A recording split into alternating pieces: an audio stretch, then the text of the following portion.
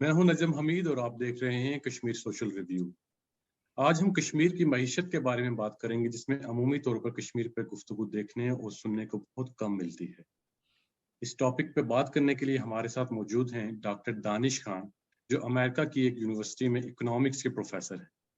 آج ہم ان سے جانیں گے کہ کشمیر کی اکنامکس کیا میجر پرابلمس ہیں جو کشمیر فیس کر رہا ہے پچھلے کئی دہائیوں سے، اور ان کے کیا کیا سولوشنز پاسبل ہو سکتے ہیں۔ تو میرا پہلا سوال دانش خان سے ہوگا کہ آپ کے نزدیک کشمیر کی معیشت کا سب سے اہم اور بڑا مسئلہ کیا ہے؟ تھنک بہت ہی امپورٹنٹ ٹاپک ہے معیشت، اور عمومی طور پر معیشت پر کم بات چیت کی جاتی ہے، اور اس کی ایک خاص وجہ یہ ہے کہ معیشت کو ایک ٹیکنیکل اور مشکل سبجیکٹ بنا کر پیش کیا جاتا ہے، جس کی وجہ سے عام انسان زیادہ اس میں دلچسپی نہیں لیتے اور ان کو بہت ڈرائی لگتا ہے۔ تو ایک تو میری یہ کوشش ہوگی آج کہ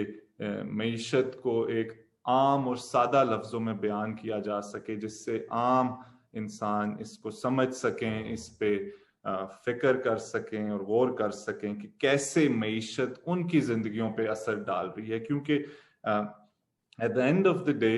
جو بھی کہ معیشت کسی بھی ملک کی ہوتی ہے، اس کا مین سٹیک ہولڈر وہاں کے عام انسان ہوتے ہیں، اور اس لیے یہ لازمی ہے کہ وہ کیسے معیشت کے بارے میں سوچتے ہیں، کیسے سمجھتے ہیں، اور پھر کیسے وہ معیشت کو ری شیپ کرنا چاہتے ہیں۔ تو اس سلسلے میں اٹس امپورٹنٹ کہ ہم کی پوائنٹس آئیڈینٹیفائی کر سکیں۔ تو کسی بھی ٹاپک کو سمجھنے کے ملٹیپل طریقے ہوتے ہیں۔ ایک تو میں اس بات سے سٹارٹ کر سکتا ہوں کہ جی دنیا بھر میں سرمایہ دارانہ نظام ہے، اور ہر جگہ استحصال اور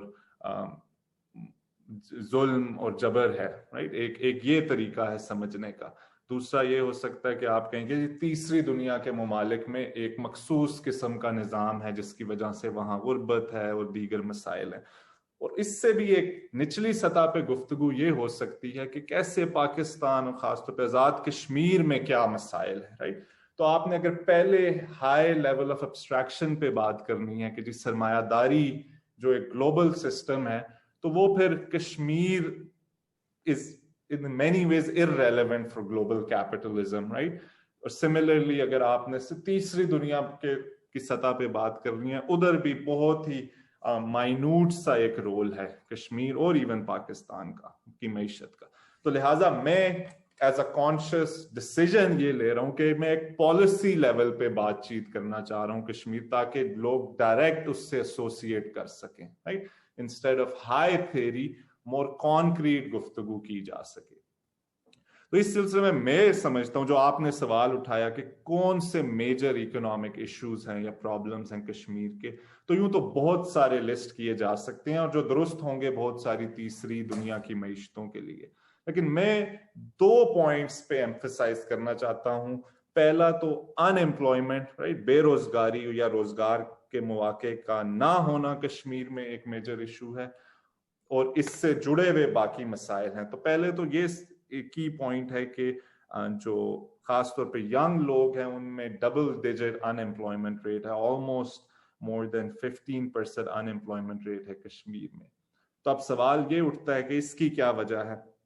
اس کو سمجھنے کے لیے ہمیں کشمیر کے جو پولیٹیکل اکنامک ڈھانچہ ہے اس کو سمجھنا پڑے گا۔ تو جو major source of revenue historically رہا تھا کشمیر میں لوگوں کے لیے، وہ تھی سبسسٹنس فارمنگ، کے لوگ اپنی کھیتی باڑی کرتے تھے۔ لیکن جوں وقت کے ساتھ خاص طور پر 1970s اور پھر 80s اور 90s میں بہت سارے لوگ باہر گئے، خاص طور پہ مشرق وسطیٰ میں، اور وہاں سے باہر سے جو پیسے آتے ہیں جسے ریمیٹنس کہا جاتا ہے، وہ ایک بنیادی سورس ہے لائیولیہڈ کا بہت سارے خاندانوں میں کے لیے کشمیر میں۔ جیسا کہ آپ جانتے ہیں کہ بہت ہی کم ایسے گھرانے ہوں گے جہاں کوئی باہر نہیں ہے اور باہر سے ریمیٹنس نہیں آتی۔ تو ایک طرف سے تو سورس آف انکم آ رہا ہے، لیکن وہ سورس آف جو انکم یا لائیولیہڈ ریمیٹنس کے تھرو آ رہا ہے، وہ لوکل اکانومی میں زیادہ انویسٹ نہیں ہوتا، جس کی وجہ سے لوکل اکانومی میں کم امپلائمنٹ کے نئے مواقع پیدا ہو رہے ہیں. ریمیٹنسز ہیں وہ ایک تو جو بنیادی وہاں کی آپ کی ضروریات پورا کرنے کے لیے کھانے پینے کی اشیاء ہیں, لباس ہے, وہ وہاں لوکل اکانومی پہ کچھ حد تک بائی کیا جاتا ہے. لیکن جو انویسٹمنٹس ہیں عام طور پہ دیکھیے ایون پاکستان میں اور میں جو زیادہ میجر سورس آف انویسٹمنٹ ہے وہ لینڈ اکانومی میں ہے, ریئل اسٹیٹ میں ہے, اربن سیکٹر میں. تو کیونکہ کشمیر میں وہ مواقع بہت ہی کم ہیں تو وہ جو انویسٹمنٹس کی جاتی ہیں جو کشمیریوں کی طرف سے جو ریمیٹنس آتی ہے جو وہ سیو کر کے انویسٹ کرتے ہیں تو وہ عام طور پر اسلام آباد, راولپنڈی یا اور جن شہروں میں وہ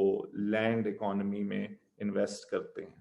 تو اس کی وجہ سے جو لوکل اکانومی ہے اس میں اس طرح گروتھ نہیں آ رہی, اور یہ جڑا ہوا ہے مسئلہ, رائٹ, کہ ایک طرف تو بے روزگاری بڑھ رہی ہے اور اس کو حل کرنے کے لیے لوگ باہر جا رہے ہیں, رائٹ, اوورسیز, وہاں سے وہ جو پیسے بھیج رہے ہیں اس سے کوئی پازیٹیو امپیکٹ تو آنا چاہیے تھا لوکل اکانومی میں. ایک تو یہ آتا ہے کہ لوگ ایٹ لیسٹ وہاں پہ غربت کی جو شرح ہے اور ہنگر ہے آزاد کشمیر میں وہ ریلیٹیولی کم ہے باقی پاکستان کے علاقوں کے مقابلے میں, لیکن نئی امپلائمنٹ نہیں کریٹ ہو رہی اور ایک کنسسٹنٹ آؤٹ فلو ہے لیبر کا, تو جس کی وجہ سے مختلف سماجی اور سیاسی مسائل پیدا ہوتے ہیں. تو یہ جو وہ دو مسائل ہیں ان امپلائمنٹ کے اور لوکل اکانومی میں ایکسپینڈیچر نہیں ہو رہا, یہ ایک میجر ایشو میں سمجھتا ہوں اکنامک ایشو ہے جس سے باقی بہت سارے مسائل ان سے جنم لیتے ہیں. اچھا, آپ نے بے روزگاری اور لوکل اکانومی میں انویسٹمنٹ اور سپینڈنگ کے کم ہونے کو دو میجر ایشوز کے طور پہ آئیڈینٹیفائی کیا ہے, تو اس کا آپ کے نزدیک کیا ایسا سولوشن ہے اور ہمارے پاس کیا ایسی طریقہ کار ہیں جس سے ہم اس چیز کو اوور کم کر سکیں؟ فیسینیٹنگ یہ سوال ہے کہ کیسے. ایک تو پہلی چیز تو مرض کی تشخیص کرنا ہے, رائٹ, تو ہم پہلے اکنامک پرابلم کو ڈائیگنوز کریں اور اس کے بعد ہی ہم اس مرض کا علاج کر سکتے ہیں. تو ان دیٹ وے میں جو سمجھتا ہوں ایک بہتر طریقہ اور ایک بہت افیکٹو طریقہ یہ ہو سکتا ہے کہ کوآپریٹیوز بنائے جائیں جس میں ینگ لوگوں کو یہ مواقع دیا جائیں کہ وہ نئے آئیڈیاز اور انوویٹیو آئیڈیاز لے کے آئیں جن کو کمیونٹی لیول پہ اور ریاستی سطح پر کریڈٹ سپلائی کر کے ان کو سپورٹ کیا جائے اور وہ نئی پیداوار کر سکیں سماج میں. اور وہ جو نئی پیداوار ہے وہ کسی شعبے میں بھی ہو سکتی ہے, وہ ایگریکلچر میں ہو سکتی ہے, وہ صنعت میں ہو سکتی ہے, وہ نالج اکانومی میں, وہ ڈیجیٹل اکانومی میں ہو سکتی ہے. جو بھی لوگوں کے خیالات, جو ان کی سکلز ہیں جو وہ ان کو بیسٹ طریقے سے یوز کر سکیں. تو اس کوآپریٹیوز کا جو ماڈل ہے یہ یونیک ماڈل ہے کہ میں یہ نہیں کہہ رہا کہ صرف پرائیویٹ انویسٹر کوئی آ جائے, آئی ڈونٹ نو امریکہ یا یو کے میں بیٹھا ہوا ہے وہ وہاں پہ صنعت لگائے. اس سے یہ ہوتا ہے کہ وہ دیگر مسائل پیدا ہوتے ہیں, ایکسپلوئٹیشن ورکرز کی جاری رہتی ہے, لوگوں کے پاس اتنا انسینٹیو نہیں ہوتا, وہ فکس ویج یا سیلری پہ کام کرتے ہیں, اور وہ جو کلیکٹیو سوسائٹل ویل بینگ ہے وہ کمپرومائز ہو سکتی ہے کیونکہ وہ پروفٹس ریپیٹریٹ جہاں سے اوریجن ہوئے ہیں, لیٹس سے اگر کوئی ڈائسپرا یو کے یا امریکہ میں وہ وہاں لے جائے گا تو لوکل کمیونٹی کو اس طرح بینیفٹ نہیں ہوگا. تو کوآپریٹیوز یہ مسئلہ حل کرتے ہیں کہ لوکل ہی لوگ مل کر یکجا ہو کر, رائٹ, وہ کوئی پروجیکٹ پرپوز کریں جسے ریاست اور انڈیپینڈنٹ ایکسپرٹس ایویلیویٹ کریں اور پھر اس کو فنڈ کریں اور وہ لوکل اکانومی میں ہی جابس کریٹ کریں. اور ایک تو اس سے لوکل اکانومی بہتر ہوگی, وہاں جابس کریٹ ہوں گی, وہاں سپینڈنگ کے نئی اپرچونٹیز ملیں گی, اور دوسرا جو اس کوآپریٹیوز کا حصہ بنیں گے ان کا ڈائریکٹ سٹیک ہوگا اس انٹرپرائز میں, رائٹ, وہ خود ہی فیصلہ کریں گے کہ وہ کتنی پیداوار کرنا چاہتے ہیں, وہ جو ایکسٹرا سرپلس پروڈیوس ہوگا اس سے وہ کیا کریں گے, کیا وہ لوکل اکانومی میں انویسٹ کریں گے, اپنے انٹرپرائز کو مزید ایکسپینڈ کریں گے. اور دنیا بھر میں بہت ساری مثالیں ہیں کوآپریٹیوز کی جہاں پہ workers owned and manage cooperatives, مطلب کہ ورکرز یا جو کمیونٹی ہے وہ مالک ہے ان کوآپریٹیوز کی اور وہ خود ہی ان کوآپریٹیوز کو مینیج اور رن کرتی ہے. یہ ایک افیکٹو طریقہ اور نیا طریقہ ہو سکتا ہے اکانومی کو ریوائیو کرنے کا. جو دوسرا آپ نے پوائنٹ ریز کیا کہ انویسٹمنٹ کو کیسے پروموٹ کیا جائے, یہ ابھی ہمیں سمجھنا ہوگا کہ ہم جس اوور آل کس اکنامک سسٹم اور کس دور میں رہ رہے ہیں کہ جہاں پر ابھی عام طور پر نیو لبرل جو ایڈیالوجی ہے اس میں ریاست پیچھے ہٹ گئی ہے اور پرائیویٹ سیکٹر کو انسینٹیوز دیے جاتے ہیں کہ وہ انویسٹ کرے. اب اس ماڈل میں انہیرنٹ فلاڈ یا ڈس ایڈوانٹیج ہے تیسری دنیا کے ممالک اور تیسری دنیا کے اندر جو تھوڑے ڈس ایڈوانٹیج علاقے ہیں, کیونکہ پرائیویٹ سیکٹر صرف ادھر جائے گا جہاں سے وہ زیادہ منافع کما سکے, جہاں آلریڈی انفراسٹرکچر ڈیولپ ہو, جہاں آلریڈی اسکلڈ لیبر ہو, جہاں آلریڈی پورا بزنس کا انفراسٹرکچر ان پلیس ہو, رائٹ. سو اگر آپ کے پاس سرمایہ ہے تو آپ ایون سوچ رہے ہیں انویسٹ کرنا ادھر, تو آپ لاہور میں کیوں نہ کریں, کراچی میں کیوں نہ کریں, راولپنڈی میں کیوں نہ کریں, فیصل آباد, ملتان یا ان جگہوں پہ کیوں نہ کریں جہاں پہ آلریڈی نیٹ ورکس بنے ہوئے ہیں. آپ کیوں راولہ کوٹ یا کوٹلی یا باغ یا میرپور یا مظفر آباد میں کریں گے, کیونکہ وہاں تو زیادہ ڈس ایڈوانٹیجز ہیں ایز اے بزنس. تو اس مسئلے کو حل کرنے کا واحد طریقہ ہے کہ اسٹیٹ کو کچھ نہ کچھ رول ادا کرنا پڑے گا اور لیڈ لینی پڑے گی, right. So I'm not saying کہ پرائیویٹ سیکٹر کا رول نہیں ہے, ان کا بھی رول ہوگا, لیکن ریاست کو لیڈ لینی پڑے گی. اور انسان پچھلی